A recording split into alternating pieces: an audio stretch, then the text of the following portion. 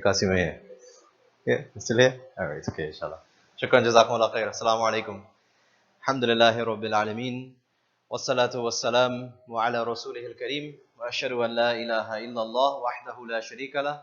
Wa ashhadu anna Muhammadan abduhu wa rasul wa ba'd. So, inshallah, tonight we want to explore a subject that we all would be familiar with in the sense that we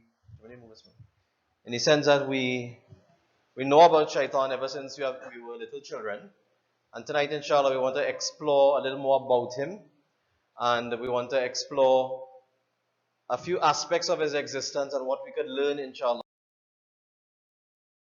So what we'll do tonight, because this is one of the most fundamental components of life, you'll find that it's also one of the least spoken about subjects. When you listen to khutbahs and lectures, or even look at your library of books that you may have, you won't find many books or material available on Shaitan in our community than other things like Salah and Iman and so on.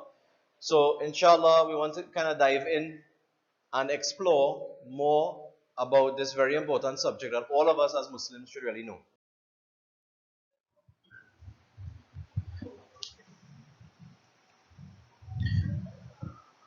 One of the ways we attach importance to our subject is by looking at how much Allah subhanahu wa ta'ala and the Rasul sallallahu alayhi wa sallam talks about it. And we'll find when we look at the topic of Shaitan, Allah subhanahu wa ta'ala mentions Shaitan in his different names over 60 times in Quran. For example, in Surah Yusuf, Allah subhanahu wa ta'ala says, Shaitan is to man an avowed enemy. In another verse in Surah Fatir, Allah says, Satan is your enemy, so treat him as an enemy. So when we think about an enemy, or let's say an opponent, somebody who we are fighting against or competing against, it is very important to know that enemy. When sports teams or sport professionals go up against some opponent or some competitor, they will spend time researching their techniques, their methods, their weaknesses in order to prepare for the battle or prepare for the competition against them. So knowing our enemy helps us to know what to expect. It helps us to recognize what weapons this enemy may come with. It helps us to know, therefore, if we know the weapons, how to counteract these weapons. And it helps us to know how to achieve success. And when I say success, what does success lead to in this instance, in this circumstance? Success leads to Jannah, right? So if we are successful in our competition with Shaitan, then ultimately it will lead us to Jannah by the mercy of Allah subhanahu wa ta'ala. So what we'll talk about tonight is a few different areas, and there's so much information about Shaitan that it is too much to really cover in one session.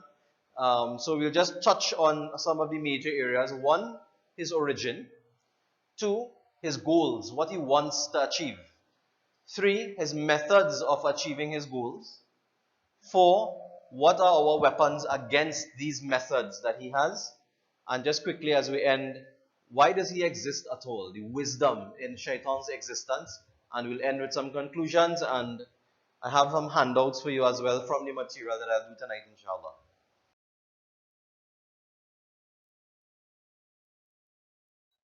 So where did Shaitan come from? There are many different stories, many theatrical stories from the Bible, etc. But from the Quran and the Sunnah, we are very clear about the origin of Shaitan, which is that he was a very pious jinn. And if we remember in Surah Baqarah, when Allah subhanahu wa ta'ala told the angels he's going to create mankind, we understand that Allah had created the jinn before mankind. So he was a very pious jinn, and he was so pious that he used to be in the company of angels. So he was so pious, he used to align with the angels, if you want to put it like that in our local parlance. So when Adam alayhi salam was created, we know he was ordered along with the angels to prostrate. He refused. He said in Surah Al-A'raf, I am better than he. You created me from fire and you created him from clay. He was expelled from Jannah, but given respite by Allah subhanahu wa ta'ala, given a chance by Allah until the day of judgment. We'll see some verses here. So in this passage in Surah Hijr, Allah relates to us that Shaitan said, "Oh my Lord, give me then respite until the day they will be resurrected." And Allah said, "Then verily you are of those reprieved until the day of the time appointed." So Shaitan asked for, for a little blai, as we would say, and Allah subhanahu wa ta'ala said, "Okay, you will get a chance until the day of judgment." So he was given this allowance by Allah subhanahu wa ta'ala, and it wasn't except for Allah's wisdom in doing this, of course. So let's look at some of his names. And when you look at the names of something or someone or a place or a thing, it kind of gives you an understanding of that thing or what the nature of that thing is. So when you look at the names by which Allah subhanahu wa ta'ala calls Shaitan, you get an understanding immediately of what he wants and what he's about.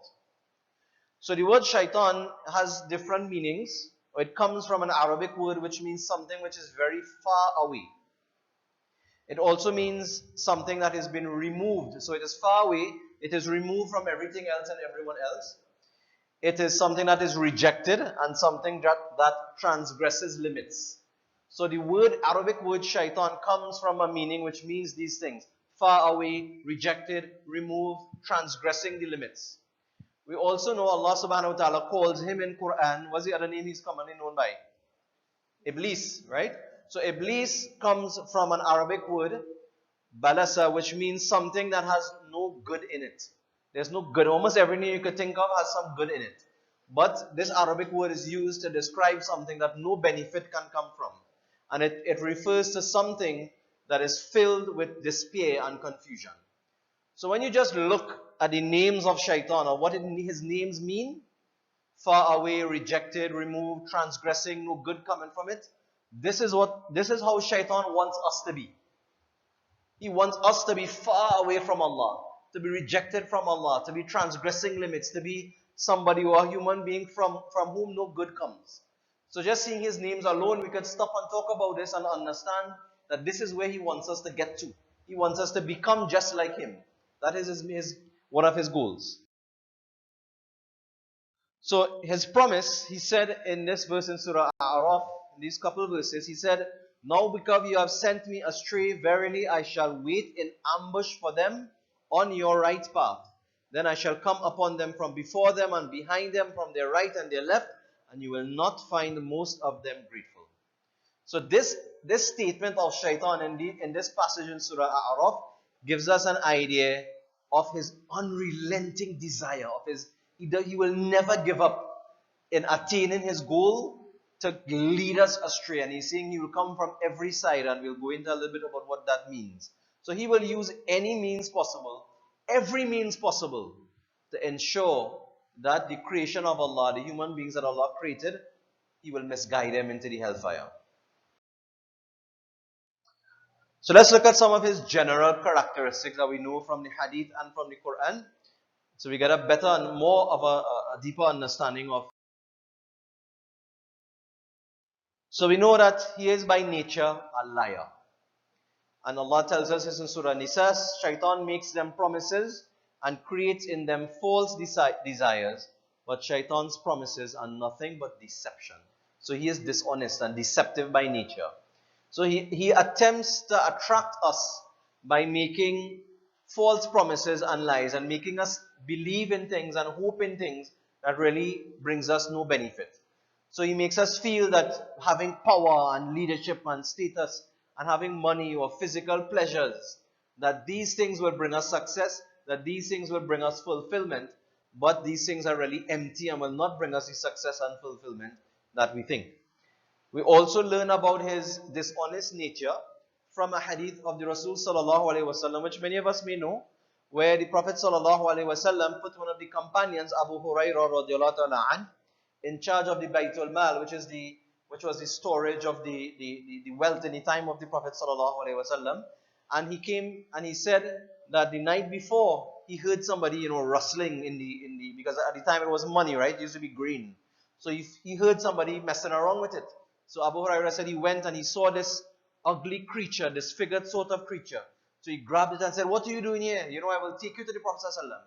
And the creature said, no, I have dependents and I have this and I have that. Could you spare me? Leave me alone and I will not do it again. And he said, okay. And then the next night he came back and Abu Hurairah had the same experience. And he told him the same thing and threatened to take him to the Rasul sallallahu alaihi wasallam. And again he begged and asked for a bly and he was let go. And on the third night, Abu Hurairah caught him again. And he threatened him again and he said, this time I'm taking you to the Prophet sallallahu alaihi wasallam. And he said, okay, if I teach you something, will you spare me? And he said, yes. And he said, for protection from the shayateen, recite this. What did he teach him? Ayatul Kursi, right? He said, recite this verse.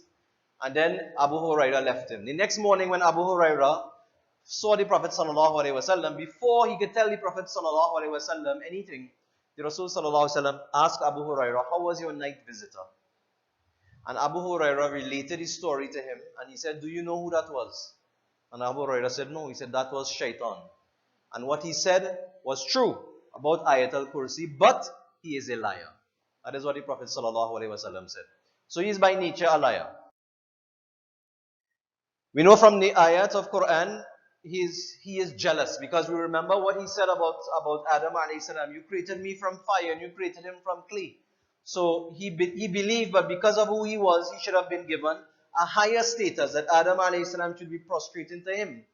And what did he use as the commodity to compare himself and Adam alayhi salam? He said, I am from fire and he is from clay. So he used this physical, material thing to determine whether he is more worthy than Adam alayhi salam. And you know what? That is exactly what we do. Right? Because we use the type of phones we have, and the type of car that we drive, and the type of home that we have, to deem ourselves more worthy of another human being. And we feel we are better based on material criteria and measurements of material things. So when we act in a jealous way, when we act in a materialistic way, we are acting just like Shaitan and his nature and his characteristics.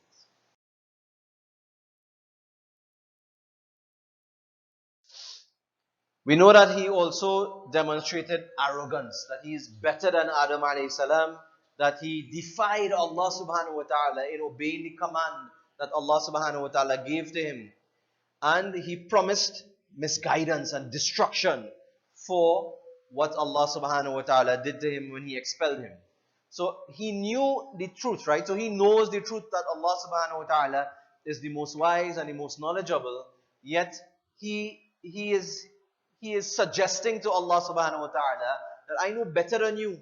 How could you create a creation and tell me to prostrate to him when I am made from fire and he is from clay? So he is actually challenging Allah's wisdom and Allah's knowledge in this action, this arrogance that he demonstrated. He's actually rebelling against Allah, and that is why Allah subhanahu wa ta'ala calls him kafir. In his denial of Allah subhanahu wa ta'ala's wisdom, of his instruction to tell him to prostrate. So he demonstrated arrogance. Moving on. So let's look at some of the things that Shaitan wants. What is he looking for? What does he want from us?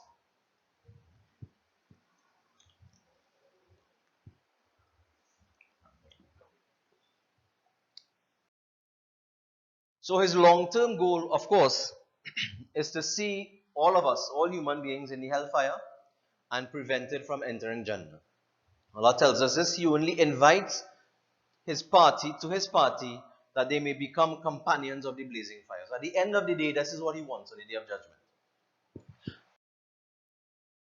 So he wants to void our ticket to paradise. Once we say La ilaha illallah and we have that seed of Iman in our heart, then we are promised a ticket to Jannah. But he wants to void that ticket. And of course he wants us to walk into the door of kufr, to disbelieve in Allah subhanahu wa ta'ala, to deny the existence of Allah subhanahu wa ta'ala. Or he wants us to walk in the door of shirk, to associate partners with Allah, to share the rights of Allah with some other aspect of creation. These are the major doors that Shaitan wants human beings to walk into. And these are the doors which, if a human being walks into, it will lead directly to the hellfire. And if you look at mankind today, my brothers and sisters, you will see that the majority of mankind have walked through either of these two doors. Either have denied the existence of Allah, or are worshipping other than Allah, or along with Allah subhanahu wa ta'ala. So the most successful businessman in existence is Shaitan. He has the most customers worldwide. So this is the major doors that he wants us to walk into. But for Muslims, he may not get us to walk into these two as easily as everyone else. So he uses other means, or he wants to get us in other ways.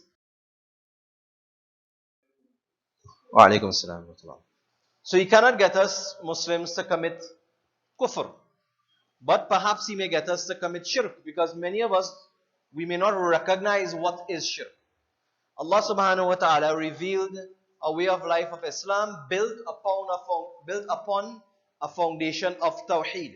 Who could translate Tawheed? Nobody? Again whispers. Oneness. Just oneness? Who else? What does Tawheed mean? Unity. Oneness of Allah. When we say Tawheed, we mean oneness of Allah, right? So the opposite of Tawheed is shirk. And everything in Islam is built upon Tawheed. It is the foundation of our deen. Everything goes back to the oneness of Allah subhanahu wa ta'ala. So Shaitan will try to erode this foundation.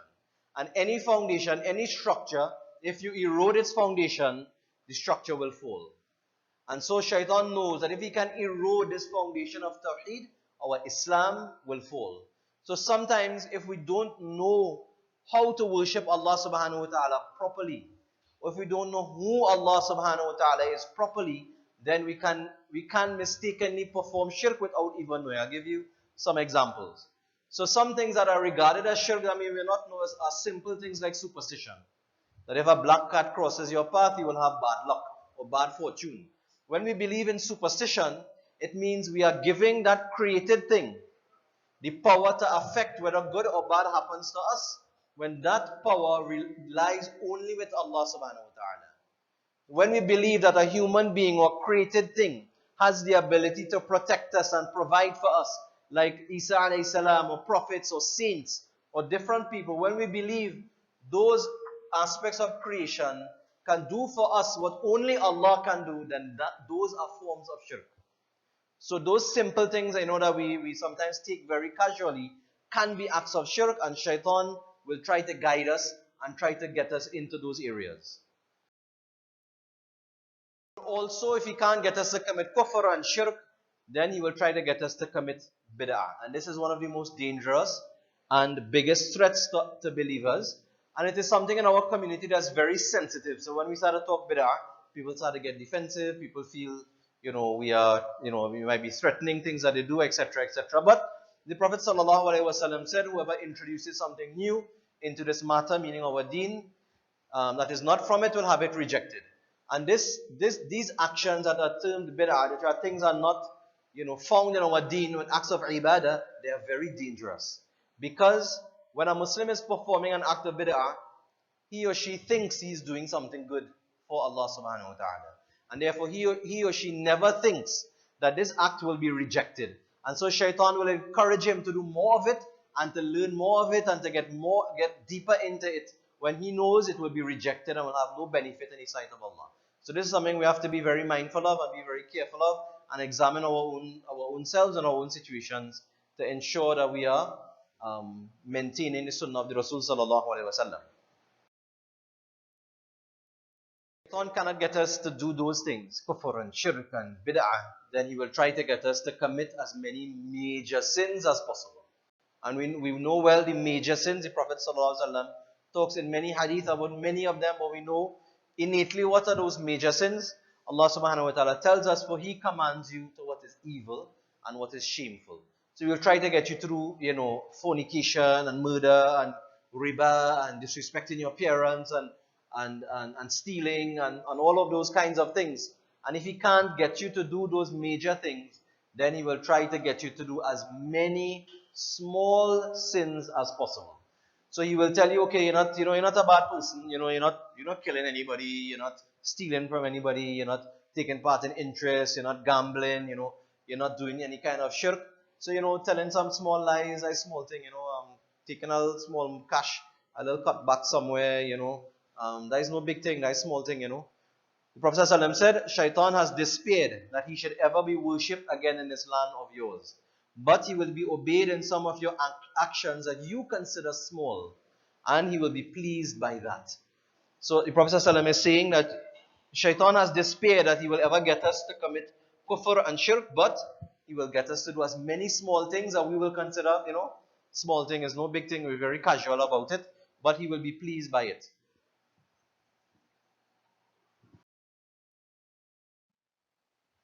Moving on. So, if he can't get us to commit shirk and kufr and bid'ah and big sins and small sins, then he will try to get us to stop doing good deeds. So he will stop adding to our records on the good side. So he will start first by trying to prevent us from doing our fard acts. Our salah, our zakah, our fasting in Ramadan. He will get us not to perform hajj. He will say, boy, things bad in the economy. So, don't, save your money for something else, for an emergency. Don't perform hajj. Leave it for next time. All sorts of justifications Shaitan will put into our heads to prevent us from performing those things that Allah made compulsory for us. And if he cannot break our fara'id acts, if he cannot get us to stop doing those things that are fard, then he will try to go to the next level. And he will try to get us to stop those things that support our fard deeds, which are our sunnah and our nafil acts. And how Allah subhanahu wa ta'ala designed our deen and our amal, our actions, is that Allah subhanahu wa ta'ala made only a few things fard for us. And Allah, in His wisdom, knows why He made those things for us, because they benefit us. Allah doesn't need our worship. Allah doesn't need anything from us. But when we do those things that Allah makes compulsory on us, we benefit from it. We develop qualities in our lives, mentally, spiritually, physically, etc. But Allah subhanahu wa ta'ala, if you look at all of our fara'id acts, you will see that Allah also recommends that we do sunnah acts just like them. So we have fard rakat in salah, we have sunnah and nafil rakat. We have zakah, which is compulsory, we have sadaqah, which is not compulsory. We have fasting in Ramadan, which is compulsory, we have fasting on Mondays, Tuesdays, the white days, different days of the year, which is not compulsory. We have hajj, which is compulsory, we have umrah, which is not compulsory. So all of these non-compulsory things, Allah subhanahu wa ta'ala supports the fard by these things. So if we busy ourselves with the things that are not fard, then for sure we will not miss those things that are fard. And that is the wisdom in how Allah subhanahu wa ta'ala designed these actions. So if Shaitan cannot get us to, if he cannot get us to stop doing our fard, then he will start getting us to stop doing those things that are sunnah. To tell us, well, you don't have time, things bad, just pray a fard alone. Things bad, don't give no charity, you give zakah already, there's enough. Those stresses about the fast during Ramadan, outside of Ramadan, etc., etc. So, when we slip, if he can break down our non-fard things, then whenever we feel lazy, what we will slip in is in our fard things. So these non-compulsory actions, they protect our compulsory actions. So whenever we feel lazy, whenever we feel tired, which is human, if we have to leave anything, we'll leave something that is not compulsory. But if he strips that away, and we get tired and lazy and we slip, we will leave everything that is fard. So a good example is, long ago you had these castles. So these castles, all of these castles were protected by a moat, or like some other structure. So there's somebody important inside the castle. Royalty, somebody, who's a leader in a nation, etc., etc. And has to be protected. They are very important. They are very vital to the state of that place. And so this thing is surrounding it to protect.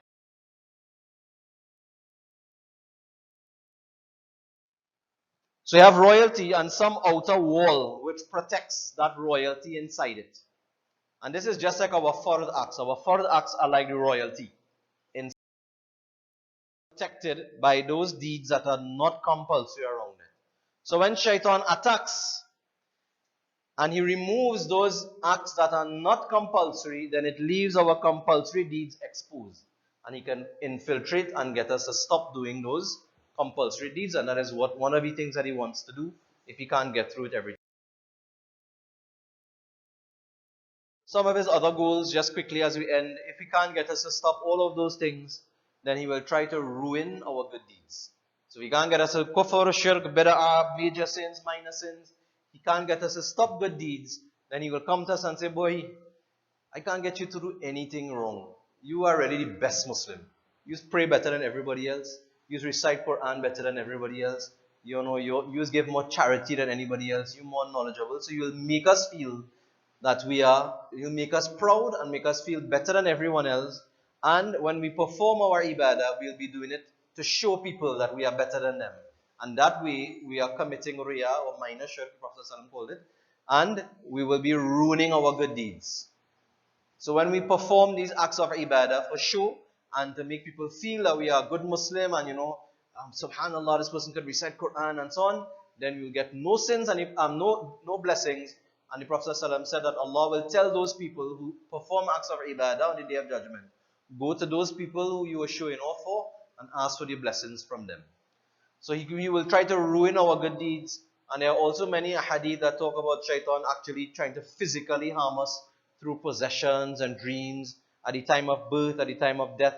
We don't have time to get into all of these, but these are other instances that come from the hadith of the Prophet ﷺ as well to show us the lengths that he will go to. So you can look at it in stages, right? So he wants kufr or shirk, the major things, bid'ah, major sins, minor sins, to not do any good deeds, or to not do any minor good deeds, or to curse. That is what he wants to do. So let's look a little closer now at some of the methods that he uses to try to get us towards those goals.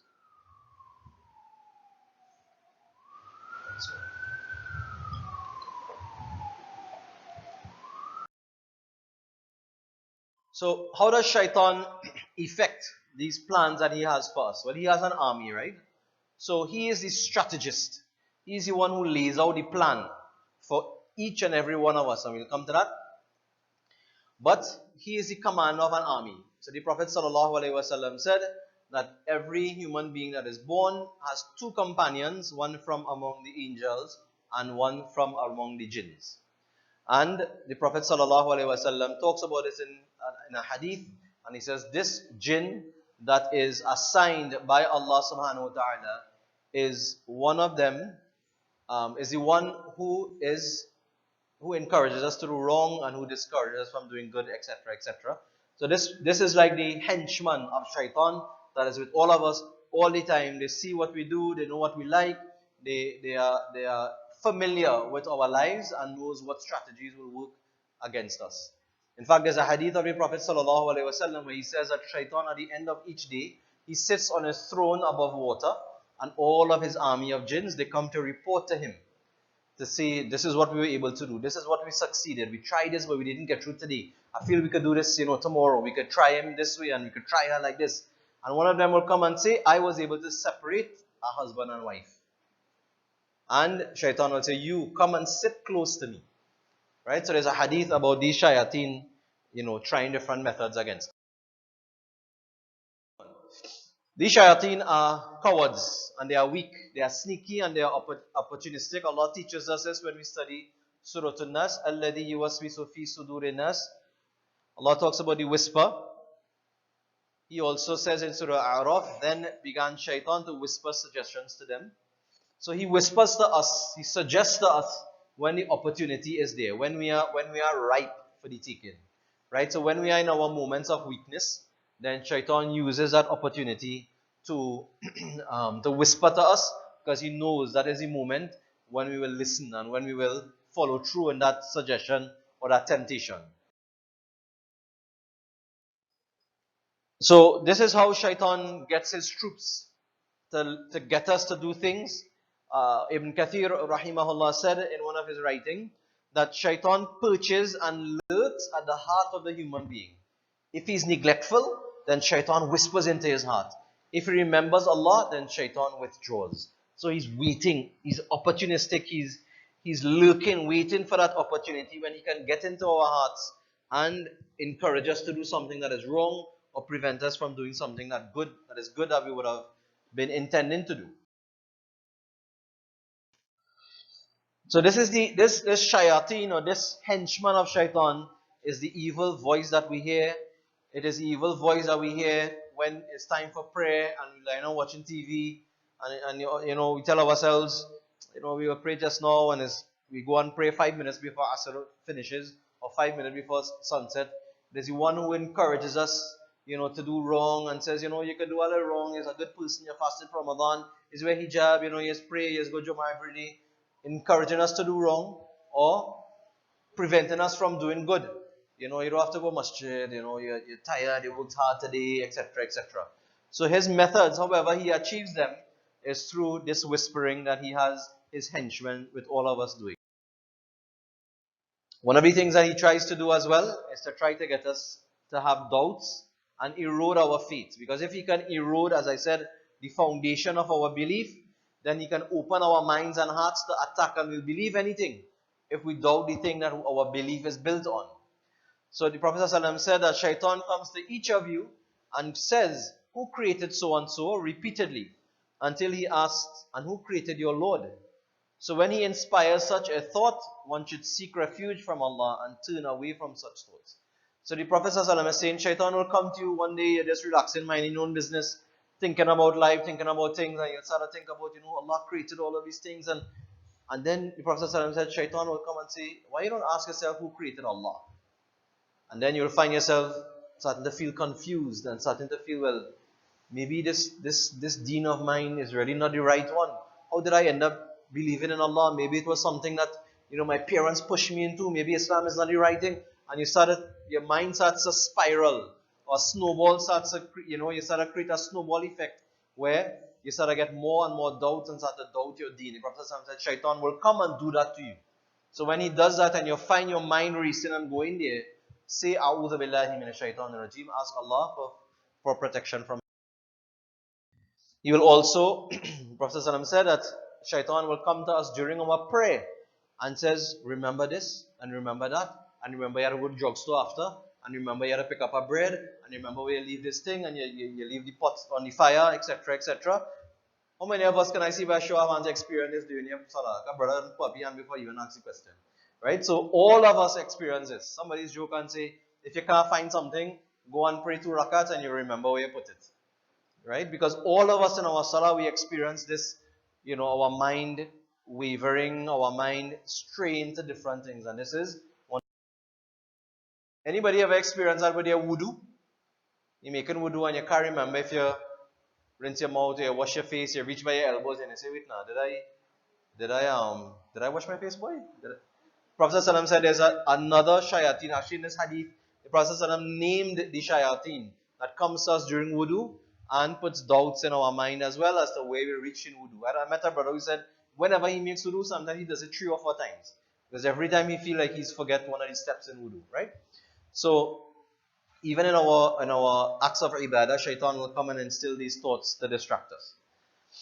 One of his main methods is to make what is evil look good. So he makes the false appear to be true and vice versa. And he said in this verse of Quran, my Lord, because you have sent me astray, I shall adorn the path of error for them. Meaning I will make the path of error look good and attractive, and as if that is the path that they should be walking on. But this is the path of error. And another verse Allah says, and Shaitan made what they were doing see. My brothers and sisters, we see exactly this. Every day we see more and more of it. We see that people will say that the Sharia is oppressive and backward. But democracy, or this way of life to run a state, is fair and just. We will see that people call immorality and lewdness and vulgarity as art and culture. And we're right in that season now, right? So nakedness and lewdness and promiscuity, that is art and that is culture. And we celebrate those things. This is what Shaitan makes us think. This is a good thing, and when it is evil and wrong. Now, if you say something against homosexuality, if you don't say that homosexuality is progressive and is good, then something is wrong with you. Something is wrong with you if you say that homosexuality is bad. If you think, if you don't think it's progressive, then that is like a crime in many states as well. In many places in the world right now, in France and in Australia, laws have been passed where children in schools are not allowed to call people mom and dad. Because why? You might have two women, or you might have two men as your parents. So now they have to call their parental figures parent one and parent two. Right? This is where Shaitan has carried the world. So if somebody is adhering to God, then you are backward. So we have in Trinidad and Tobago a humanist organization of Trinidad and Tobago. And if good becomes evil and evil becomes good, then what we are doomed, right? There's one movement in the US, in North America. I didn't put it in the slide because people go and look for it and you will see bad things. But the movement is called the Go Topless movement. So a group of women saw a man running in the street bareback, and they find, well, we should be able to do that too. That's our right as a woman to be able to run in the street bareback. They went to court and they won the case to have rights to run topless in the streets. So, look at that today. This is where mankind is today, and this is what Shaitan has led us to believe is good and attractive, subhanAllah. Good example of his method being successful. Procrastination and laziness is considered by the scholars to be one of the greatest soldiers of Shaitan. Because it is in our nature to put off things and to delay things. How many people, you don't have to raise your hand because it might be a little embarrassing. How many people made resolutions for 2020 that were resolutions in 2019 and 2018 and 2017? Many of us, right? Every year, say, boy, I'm going to eat better this year. I'm going to start exercising. I'm going to read so many books. I'm going to do this. I'm going to memorize Quran. I'm going to go to this class.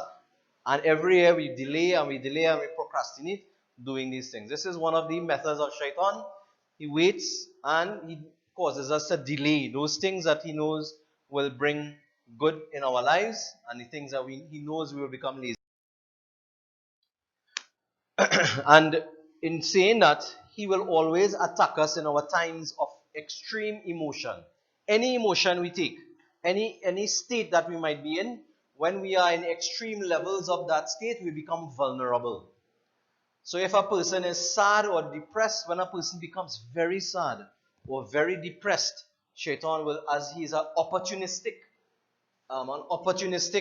coward, his shayateen will come when you are very sad and very depressed and say to you, look at you, you praying 5 times a day, fasting Ramadan, and look what you're going through. You think Allah really loves you?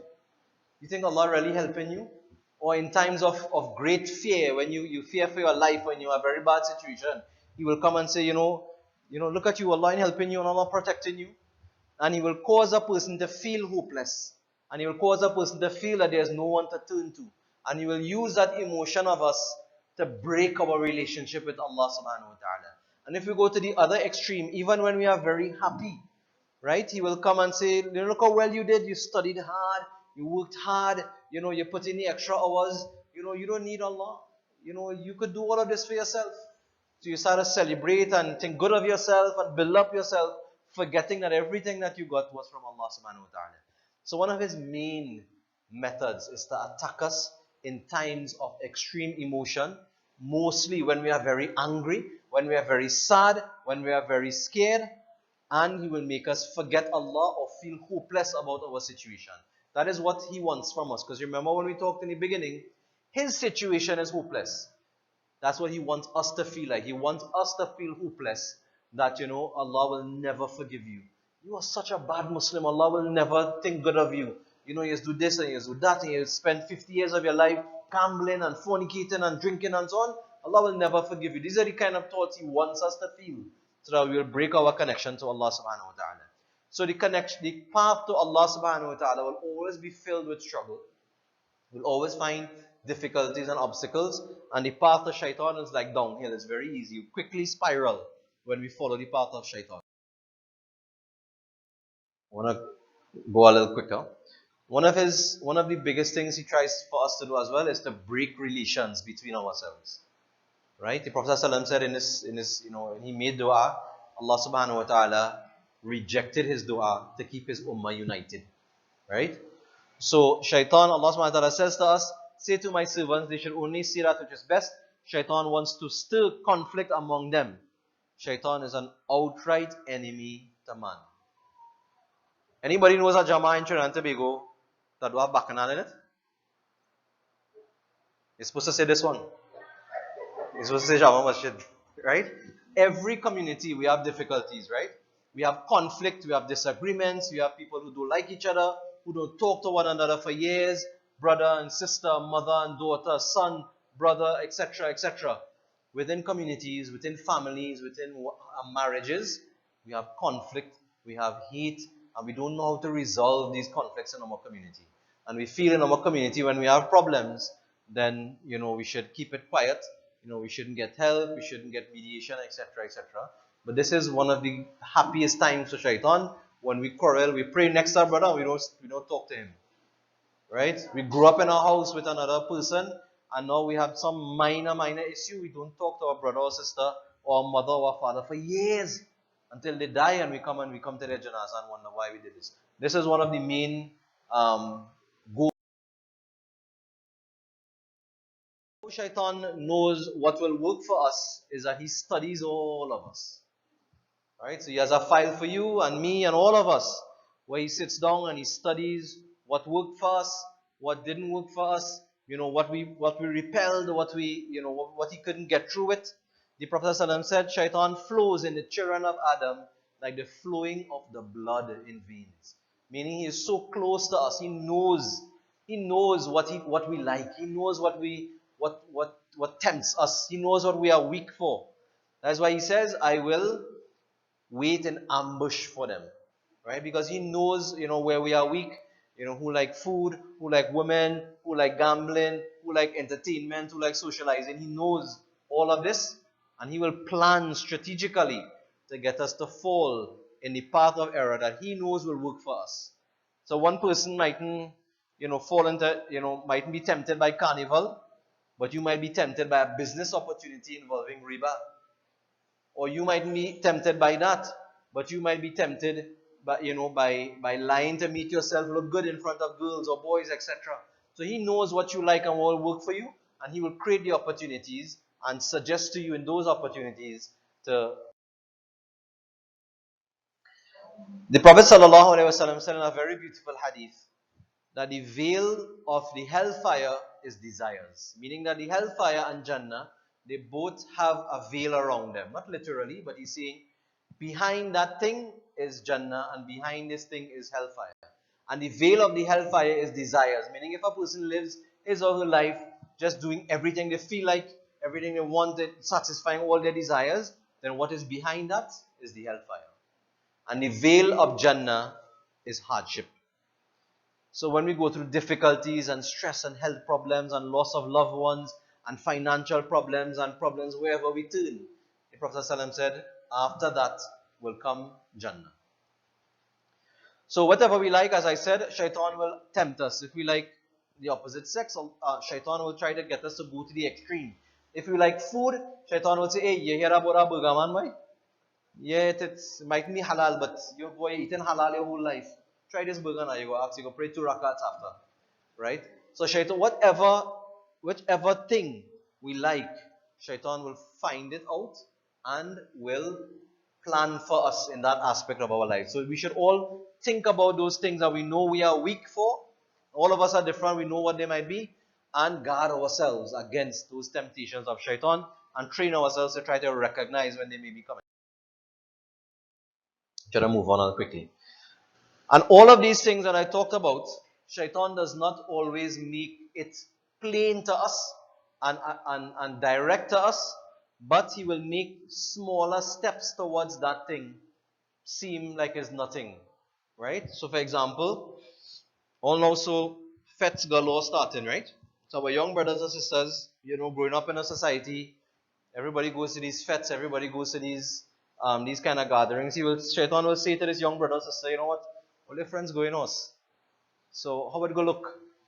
Just you don't have to dress bad, you can just put on a jeans and whatever it is, and you could go, and then the person will go and then he will say, you know what, you don't have to drink anything, you can just line, drink a coconut water, drink a coke. So small steps, small steps, small steps until that person will find themselves in serious evil and serious sin.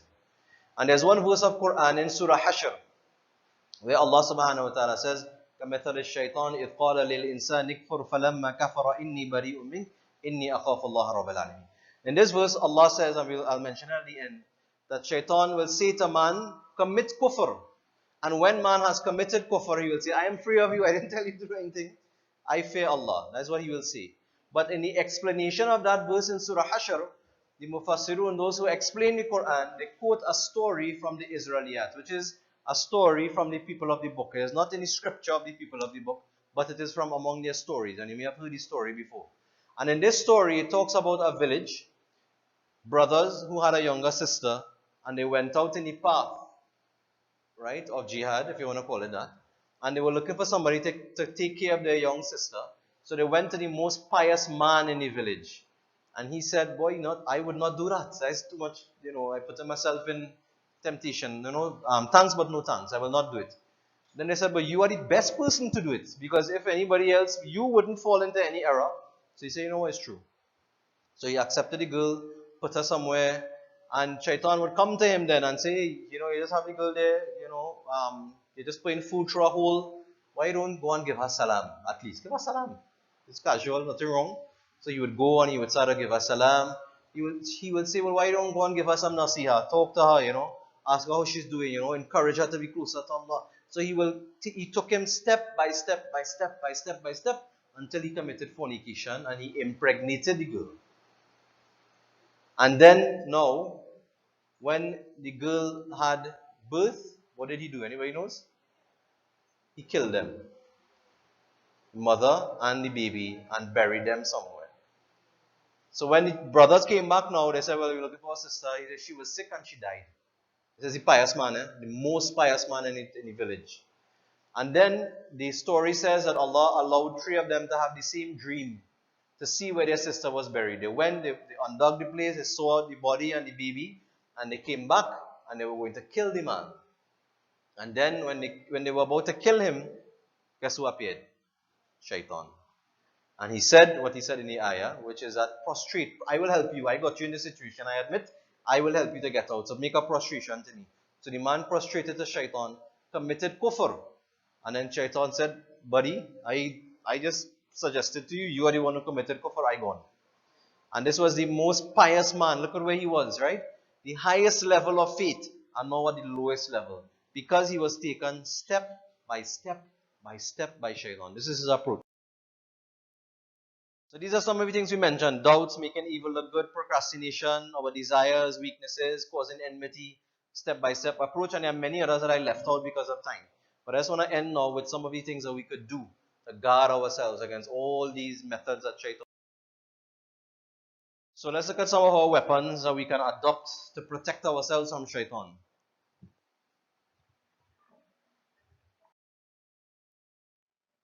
Number one is knowledge. Allah subhanahu wa ta'ala revealed 6,326 verses of Quran. 6,000. Over 6,000, and he could have chosen many of these verses to begin his revelation with. But he chose one, which was Iqra bismi rabbika alladhi khalaq. His first injunction to us was about knowledge. Because knowledge destroys doubt. The remedy for doubt is knowledge. The way to strengthen our foundation and to protect us, the beginning of any solution to any problem is knowledge. If you are sick, you go to somebody who has knowledge about your body. If your car isn't working, you go to somebody who has knowledge about how your car works. Any solution to a problem begins with knowledge. And so any solution in protecting ourselves from Shaitan is to know about Allah. To know what is Islam, so we will know what is not Islam. To know what is Tawheed, so we will know what is Shirk. To know what is the Sunnah of the Rasul sallallahu alaihi wasallam, so we will know what is Bid'ah. To know what is good deeds and bad deeds. And every year we at the IDM, we have a course coming up next week, Saturday actually, which is Islam 101, a basic course in Islam. We have 53 people registered already. So if you want, come to our office in Kirep next week, Saturday afternoon, upstairs Burger King, and we have a course that deals with Tawheed, deals with the Prophet ﷺ, deals with the basic beliefs and principles, so that we will strengthen our foundation. So knowledge is we protect ourselves from Shaitan by ensuring our fard acts are intact. The Prophet ﷺ says when the son of Adam reads a verse of prostration and prostrates, Shaitan runs from him and cries saying, "Woe to me! The son of Adam was ordered to prostrate and he did so, and he would be granted paradise. And I was ordered to prostrate and I disobeyed."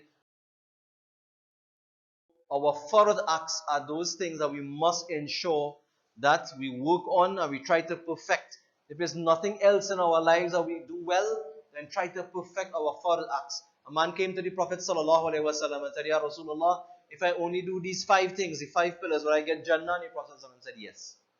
So, gaining knowledge, trying to build our fard acts and to build our taqwa, to build our consciousness of Allah subhanahu wa ta'ala. So, the stronger our relationship with Allah is, the more difficult it becomes for shaitan. This is why the Prophet ﷺ said, "I see the devils of jinn and mankind fleeing from Umar." Not just because Umar was tall and strong, but because the level of taqwa of Umar, the level of fear of Allah, the jinns, the shayateen didn't think they could even get through to Umar. So do as much as we can to strengthen our taqwa, because if you think about all of the weapons against shaitan as a sword, the taqwa is the hand that holds the sword. So you could have the powerful sword, but if your muscles weak in your hand, it is of no use to you. Similarly, taqwa is that hand, is that muscle which guides the weapons that we use against shaitan. So you have to always ensure that we are doing the best that we can in the sight of Allah subhanahu wa ta'ala and our relationship with Allah subhanahu wa ta'ala.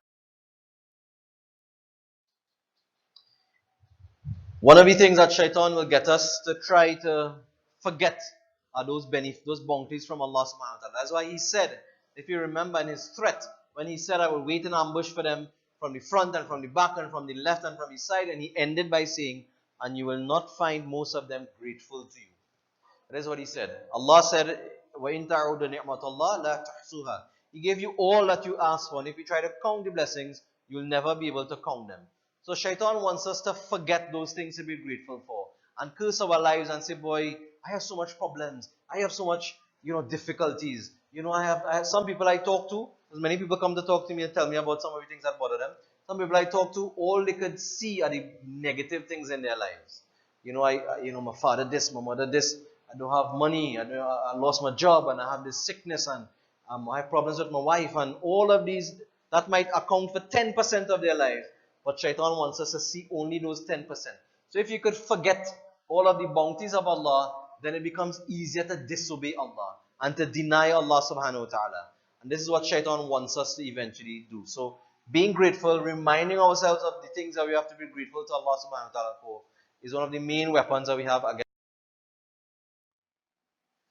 Allah subhanahu wa ta'ala teaches us, when we are fearful of the temptations of shaitan, then ask Allah for protection from him. You could just simply say, "A'udhu billahi minash shaitanir rajim." He tells us in many different ayats of Quran to seek refuge from him, lest the temptations of shaitan will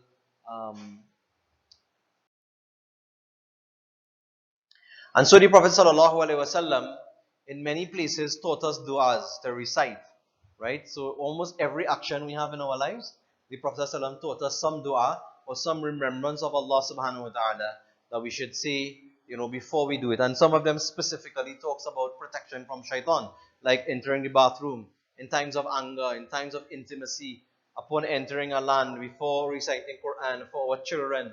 All of these du'as and many others like them are du'as that we should try to make an effort to learn, and we should try to make an effort to memorize and use them as much as possible. So in the little handout that I have 3 du'as at the end for you.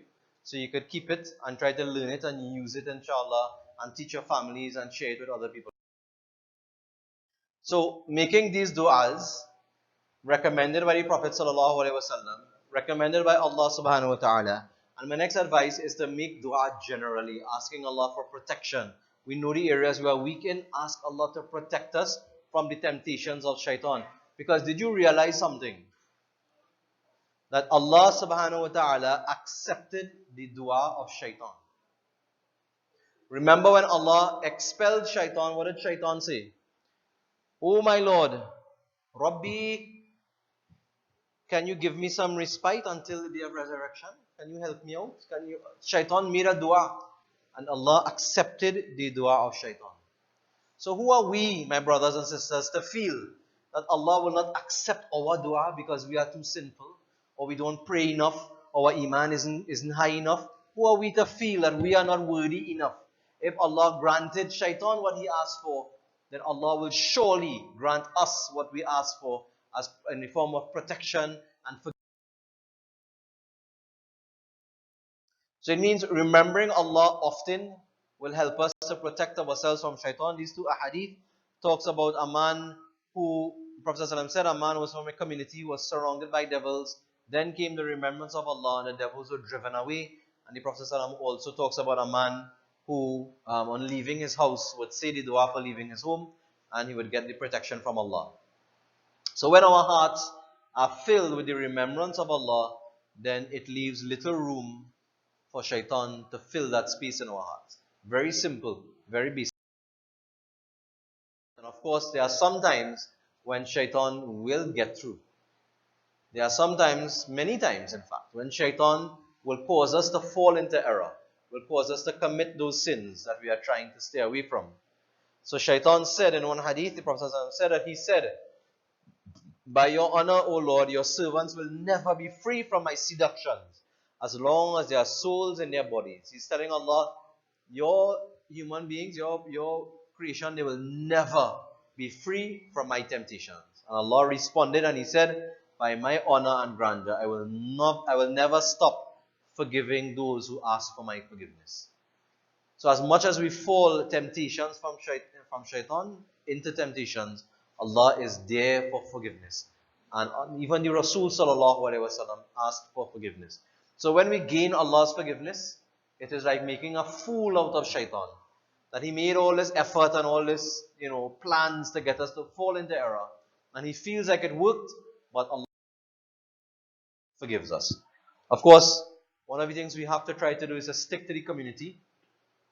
And it's important to us to remain as close to one another with compassion, with love, with humility. We will disagree sometimes in our different relationships, but we should never cut ties from one another. Stop talking to one another. Stop talking to our family members. Stop interacting with them. Stop caring for them. Some people, family members, go through difficulties, and because we are so proud and we feel that we have done some wrong, and they have done some wrong to us, we never pick up the phone or visit and so on. The Prophet ﷺ says that certainly Shaitan is with the one and is farther away from the two. Whichever of you desires the felicity of paradise should stick to the community. The Prophet ﷺ said he is with the one and farther from the two, meaning if you are by yourself and if you isolate yourself and you cut off yourself from people, then Shaitan will come and keep you company. And the people who are with them, who are together, Shaitan will be further away from them. Yes, we should try our best to maintain the ties with our families, with our brothers and sisters, in our Jama and in our different personal lives. So the last thing, what is the wisdom in Allah subhanahu wa ta'ala creating Shaitan? Sometimes non-Muslims ask this. Why does Satan exist? Create Shaitan and not, why did we just have a world that is filled with good, that doesn't have the temptations and the carnivals and the alcohol and all of these things? So we see when we study anything that in order to know the value of something or to understand one thing properly, we need to also understand the opposite of that thing. And so the greater the enemy, then the greater we will become. Right? Similarly in sports. I think West Indies is playing Ireland right now, right? So, if West Indies continues to play Ireland, do you think West Indies will become the top team in the world? Never. Right? So, if West Indies plays the better teams, the best teams more regularly, then they will become better. You agree? So therefore, Shaitan exists in his extreme evil to help us to be better Muslims in the sight of Allah subhanahu wa ta'ala. So when we try to resist the temptation of Shaitan because we don't want to go to the hellfire, it automatically brings us closer to Allah subhanahu wa ta'ala. And there's a greater good in us committing sins, because Allah subhanahu wa ta'ala said that if we were people who didn't commit sins, what would He do? Anybody knows the hadith? Destroy us. Not because he wants us to commit sins, but he said he will replace us with the people who would commit sins but then turn to him and ask for forgiveness. Because what Allah wants is closeness to us. So if in our falling sin to Shaitan, it leads us to turn to Allah and ask for forgiveness and engage Allah, then that is what Allah wants. And that is greater than the sin that we just fell into. So Shaitan's existence is a test for us to see who is the best in the sight of Allah and to help us to become.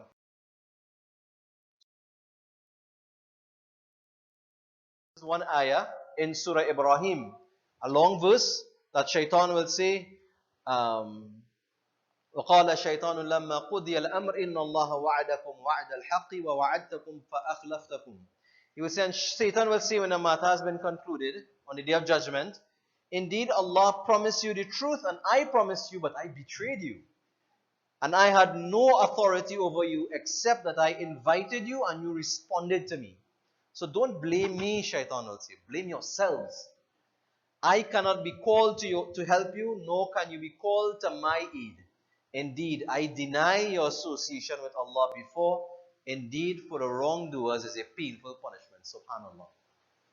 So Shaitan, after doing all those things on the day of judgment, this is what he will say.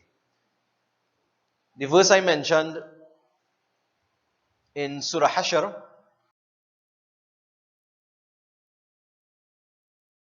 to the end of Surah Hashr, Allah subhanahu wa ta'ala tells us, like Shaitan when he says the man disbelieves, but when he disbelieves, he said, Inni bari ummink. I am clear of you, and I'm through with you, partner. Surely I fear Allah, the Lord of the worlds.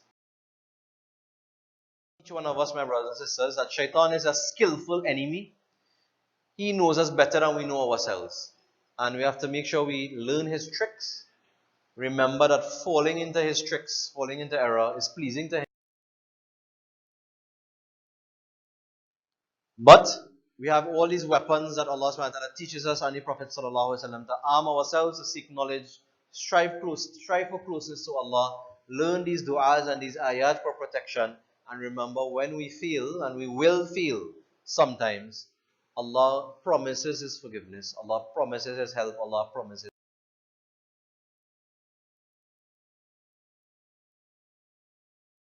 us from the evil temptations of Shaitan, and may Allah subhanahu wa ta'ala make us from among those from whom He is well pleased and help us attain Jannah on the day of judgment. Ameen. Shukran, jazakumullah khair.